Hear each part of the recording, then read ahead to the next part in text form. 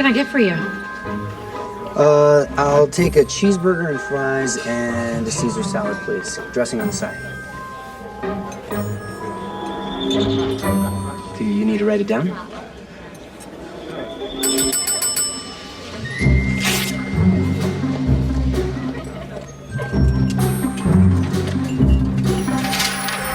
I fell in love with Trudy the minute I started reading the script, and I wanted to do a movie with that character and the wacky family that she's a part of.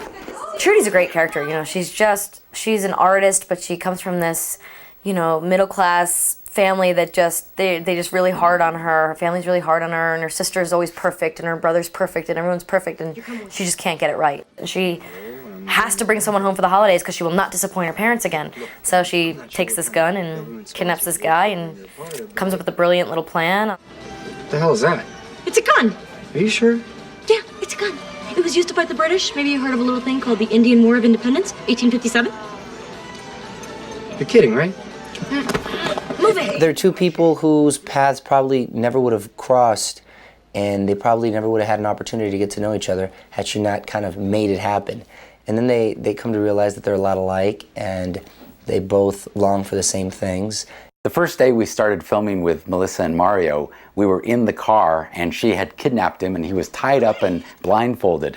And even in that precarious position, I could see that there was great chemistry between them, and the sparks were flying, and it really was, I could see that we were going to have a lot of fun with this film. I just loved the dynamics of the characters. It was fun. I liked the way it was set together. I liked just the craziness of it all, and the familiarity of the family in the face of this ludicrous act. You start off with all the sort of dysfunction, I guess is the word. Everybody has some sort of neuroses. All of it kind of meshes together in the form of Mario's character watching us and wanting first to get out and then wanting to stay with us.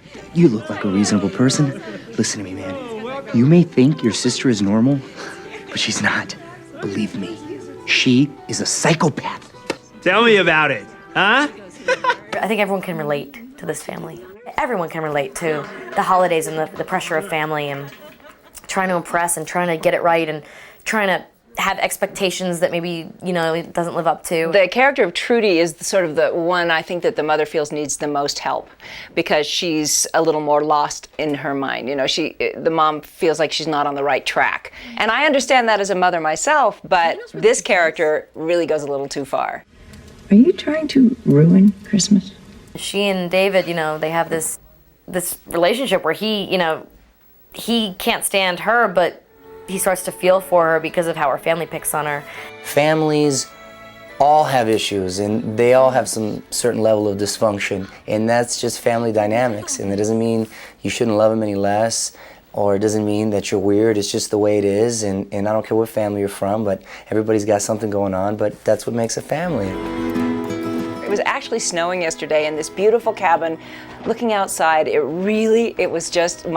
felt like my favorite time of year, and it was gorgeous. And of course now, if it doesn't snow again, we have to make it snow outside to match. I think a good Christmas script is always lovely.